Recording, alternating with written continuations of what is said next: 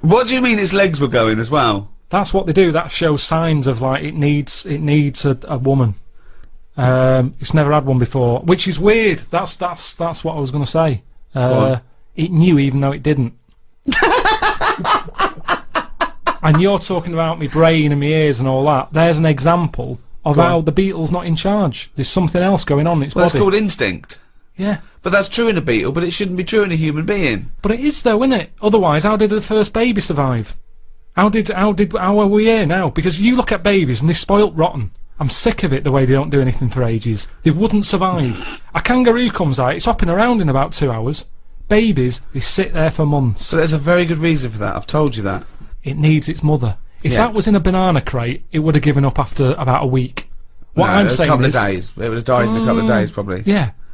Whereas this beetle, he didn't know the outcome. He didn't know if he's ever going to see this partner. Yet, even though he's been in this crate with bananas for 3.5 months, it still wants to have it away. Now, if I was that, I'd be like, I'm not in the mood anyway. Why do you equate yourself with the beetle? This is what I don't understand. No, I'm not. I'm just saying how that's where nature's good, and I think the beetles are better than us in a way. We have got our brain, we've got our creativity, we've got our cognition, we've got all those things. That's our forte. That's where we kick in. Thought, introspection, art. I agree. Well, I could not live in a crate full of bananas for 2 hours. I admit that. I admit that if my mum had given birth to me and then dropped me immediately in a bin, I wouldn't have survived. Yeah. But I don't see your point. And I understand that Beatles can do that, and I can't. But do you know what? The Beatles, they couldn't have written and directed The Office. So let's call it even. Hey, all this talk of the Beatles, right, has suggested to me, let's have some more music. Here's the Rolling Stones. Oh! Well, that's about it. This is the test transmission for the Enemy Radio. I've enjoyed it. I think Steve's had a blast. He's got his hat on. Yeah, I'm as happy as Larry, mate. Just pleased that I've done it all for free. Yeah. Whereas Carl will be cashing a sweet check. I know. It looked like looking after number one after all we've done for him. I didn't even realise there was an opportunity to ask for money because I understood it to be a favour. So it didn't even occur to me to get my agent. Always ask. Always ask. No, because I'm doing it as a favour. If you said to me, "Can you come around and help me move house?" I would do it. I would not presume you're going to pay me for it. Debt of gratitude. See, one day maybe I'll need the Enemy. One day I'll call up the Enemy, just like you call up scientists and go, I've got a beetle the size of a gerbil, they say, come round. I might call them up and I go, oh, what's the drummer from Dodgy doing? They go, come round. But where does that debt of gratitude stop then? Because at what point do you say, well, I'll have some money, please? When I get a bill from British Gas, what will I do then? Will I just say redirect this to Enemy? Because that little debt of gratitude. Sammy Jacobs, the fellow who runs NME Radio, send the bill to him, please, British Gas, because he'll sort me out. No. He'll go, what are you talking about? That's not my bill. Sort it out yourself. And that's what I'm saying. The world moves on money. I make money to pay the bills. It's not for me. Sometimes I never see it. Doesn't even touch my hands. It goes in the bank, out the other way. Doesn't even stop. There's always people taking money off me for this, that and the other. And I'm not moaning about that. But all I'm saying is... That's well, I know this and that costs you money, but why are you paying for the other? Business, innit? Alan Sugar he'd say you're mad, you two. He'd say you're stupid. What are you working for free? What is this? Charity? Well, it isn't.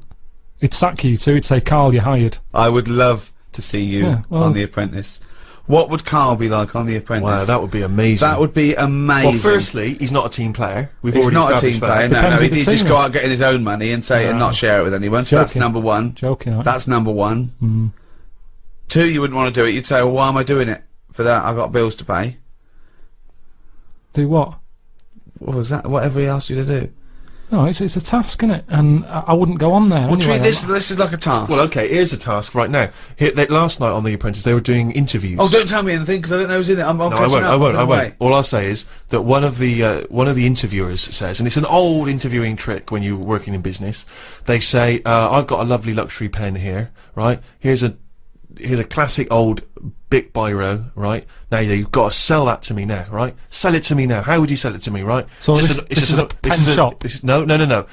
No, it's a test, right, to see how well you can sell something, okay? Yeah, but... Doesn't matter what it is. In this instance, it's a cheap pen, right? No, but Send it to me. Tell me the virtues of that pen. But Go! have you come to me, or have I come to you? No, what do you mean? You're selling me that It's pen. a task. You've got to show us how you would sell a pen to us. What's No, good but about... it's different. Okay, tell me what's good about that Right, pen. go. Sell me the pen. You're on my door, right? You're selling... You're a pen seller. So I've knocked on You've your knocked door. on my door, Yeah. you're selling me a pen. Alright. Go. Hello, how are you today? I'm not interested. What you Well, you don't know what I'm selling yet. Okay, well, Okay, what are you selling? don't get nasty. I'm not getting nasty, I'm just saying, do you like to write much? Do you do much Yeah, I writing? do some writing, yeah, Do you? I'm a writer, yeah. Do you? Yeah. Interesting. How do you do that? Well, you innit? said we're a processor, yeah. Yeah. Computer. Oh. Thanks very much, goodbye. No, but hang on a minute. Just, do you ever use a pen? Sometimes I use pens, yeah, but I got loads of pens, thanks. I got a really nice pen here. Beautiful, classic. Looks like- Yeah, it looks like an expensive fountain. It's an expensive fountain pen. My grandfather gave it to me. It's Oh, that family well. heirloom. So that's That's- quite a special pen. It It's a sounds special like. pen. I mean, it is a lovely pen and everything, but the problem is, when you go out and about, there's a danger that you could lose that. That is very true, but I mean, I don't really take pens. Have you with seen me these, about. sir? Can I interest you in Just some of looks these, like a sir? cheap, tatty old pen, mate.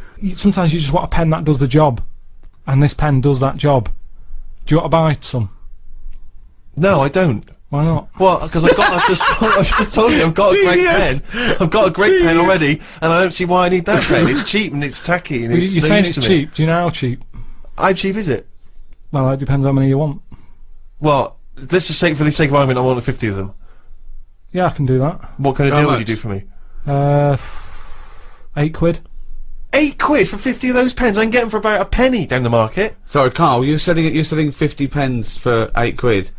How much do they cost you? Just want to make sure this is a good business venture for you, otherwise it's pointless. How much do they cost you to buy?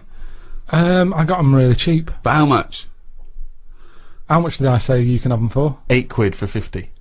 I paid a £5 for 50. So Really? Wait, this is... I'll have...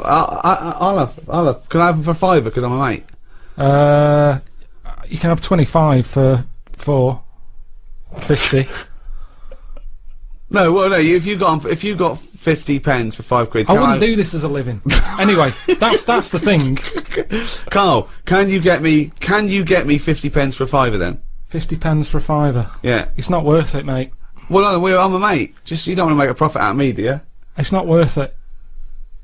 I'm trying to run a business there. I've got bills to pay. Yeah, well, I'm trying to write something. I'm going to close the door in your face. No, right, you don't want a pen. No. Fine. Sometimes you've got to know when to cut off and move on. And So that's what I you'd do. say to Sir Alan, is that you always give up? When someone says no, you give up. I'll say I met him. He just wasn't having it, Sir Alan. So he didn't want any pens. If you don't want any pens, you're not going to buy them. But you're a salesman, you've got to persuade me that I need a pen. But what Everyone you needs said pens. But what you said about the other fellow that came out of well, just lurking behind him, but came out of the shower, and I went, oh, I have 50 pens for £5. What did you say to him? He said, not interested. Yeah, because it all got a bit dodgy. I don't know who this person was and that, and he just wanted them at the going rate. What sort of a businessman would it be for me to have got the pens for £50, 50 pens for how much? 8. You're fired. Stick it up your ass. Well, I've enjoyed it, I must say. I've been Ricky Gervais, with me Stephen Merchant. Goodbye. And Karl Pilkington. If you've enjoyed this drivel as much as me, which is unlikely, because I mean, I like being in a room with no offence to you, Steve, but with a couple of freaks. None taken. Sure, thanks. If you have, we've got a little back catalogue, haven't we, Carl? We've done about, what was it, 24 of these? Loads of them. You can go to iTunes on a little audio book. Good value for money, isn't it? It's a couple of quid for hours of entertainment. I tell you as well, if you love great music and as I say, informative chit chat, then Six Music is your destination. BBC Six Music, you can check that out every Carl, Sunday anything to afternoon. plug? Well, if you don't want to listen to the radio and you haven't got iTunes, go back to basics. Read a book. Yeah. It's not out yet, but it will be. Well, how are they going to read it then if it's not out yet? Just saying it will. Well, come I'm out. saying they can go to iTunes now and get the back catalogue, and they can go to Six Music this Sunday.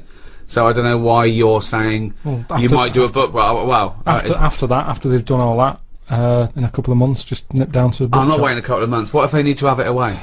Busy guy. Like the Beatle.